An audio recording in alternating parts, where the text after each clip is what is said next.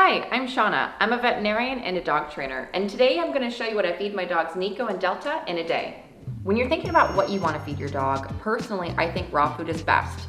If we're to look on this as a spectrum of least processed to most processed food, put raw feeding on top or least processed and kibble on the bottom as most processed, right? In between you have all those other varieties that you see outside or in the store, such as home cooked fresh diets, air dried, freeze dried, etc., right? So for me, I have 5 dogs at home. It's not economical for myself to feed raw to all my dogs. If I could, I would, but I can't. Personally, I like to think about feeding variety. Rather than feeding the dog the same kibble day in, day out, breakfast and dinner, I like to mix it up.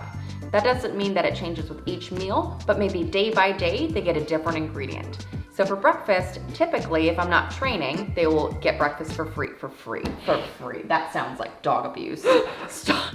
So for example, for Nico, my small dog, for breakfast, if he's not getting it in training, then typically I'll feed it to him in a bowl or a slow feeder. For him, it's usually a slow feeder because he's a beagle. He gets a 1/4 cup of kibble mixed with any variety of wet food I have at that time. So usually it's about a 1/4 to a 1/2 can of wet food. Why I like to use wet food in the mix with my kibble is that one, it has higher moisture content and hopefully it has less processing than some of the kibble. When I buy my wet food online or in the store, I get it by cases. And with each case, I rotate to a different protein. So a couple things you can do to add hydration to your dog's meal. One would be bone broth. Bone broth is a great way to add hydration, but also increase palatability of the food if you have a dog that's maybe a picky eater, or add variety. Goat's milk or yogurt are good alternatives to also increase moisture or hydration and add something a little bit different to your dog's diet. I think that variety is the key to a healthy gut biome and a healthy dog overall. And ensuring that they're getting variety in their diet, that's gonna help with not only just enrichment purposes of them not eating the same food every day, but ensuring that they're getting a variety of proteins to make them healthy. That's not to say that you should feed your dog a variety of proteins at home, right? Some dogs have allergies to specific proteins and some dogs have sensitivities that way. So that might not work for your dog. So going to my larger dogs, my big shepherds are very active dogs. Most of them are working dogs or they participate in competition sports, or we go out and we do high intensity training. So what this means is they have higher caloric intakes than my little dog Nico, right? If I were to feed them the same amount of food as Nico or even that same kibble, I would have to increase their volume tremendously. So instead of them getting 3 cups of food, they would have to get 6 cups of food just to meet their daily caloric intake. And for me, that's concerning. With large breed dogs such as shepherds, they're prone to many GI disorders, right? Such as bloat. So in order to decrease the chances of that happening with my dog, I like to feed a higher calorie kibble that's formulated or specified towards working or active dogs. And that means that that calorie count in that food is somewhere in the 500s. It's a lot. Your average pet food for a normal pet that goes on a couple walks a day is probably in that range of 300 to 400 calories. Me increasing that calorie content means I get to feed less and I think it's safer for my dogs. So let's give you an example.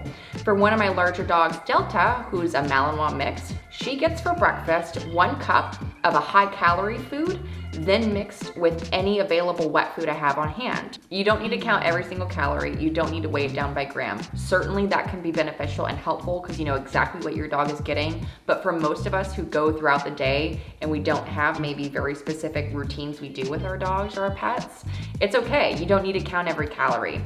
So depending on what they do in the day, if they do something that's high exhilarating, or we go on a long hike, or we go swimming or whatnot, I know that they're expending more than they're intaking in that particular day, and that's what's important.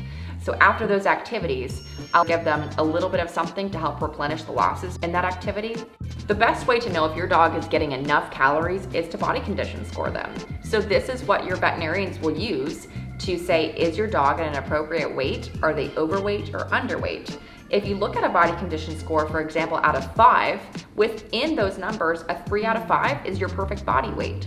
So if you see that maybe your dog's losing a little bit of weight, try increasing their caloric intake. Does that make a difference, yes or no? If no, then I would definitely recommend to go speak with your veterinarian and see if there's an underlying reason why they're not gaining weight. On the other end of that spectrum, say that you're sticking to that 3 cups a day, for example, right? and you feel as though your dog is gaining weight, or maybe you're not doing as much high intensity activities as you normally are doing. It's okay to decrease that caloric intake so that you stay at that perfect body condition score. Another alternative to feeding would be via enrichment. And what does that look like? There's so many different ways to provide your dog enrichment throughout the day, especially with food. A few of my favorite ones might involve slow feeders and or wobblers. Those are devices that maybe you put the kibble in, and almost like a puzzle, they have to push it around and get the food out. That's very mentally stimulating and enriching. So why do this? Reasons why we like enrichment is it provides the dog with lots of mental stimulation. This does not take aside from the fact that dogs also need physical stimulation, right? Go on those walks, go on those hikes, go do things with your pets.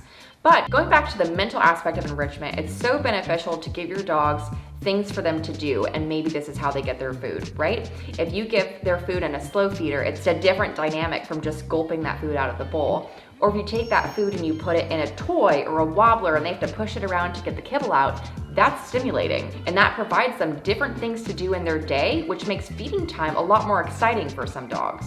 Like I mentioned before, I love training dogs. I think it's a great way to build your relationship with your pet and also teach them awesome things.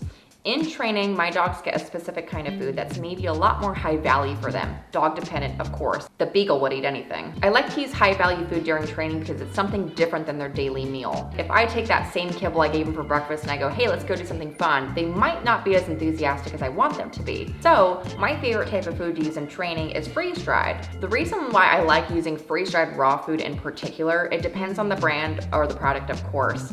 But I like to use complete meals within those treats. It's very palatable, a lot of dogs like it, it's easy to eat. They're not getting high volumes of one ingredient. It's almost like them getting an additional meal within that training session. I'd say the main takeaway from all of this is variety is key. Don't go day by day feeding your dog that same brand of food or that same protein or that same meal day in, day out. It's important to give your dogs different foods for enrichment and also to help support their overall health. Thanks for watching, guys. Let us know what you think in the comments, and also let us know what you feed your dog in a day. See you next time.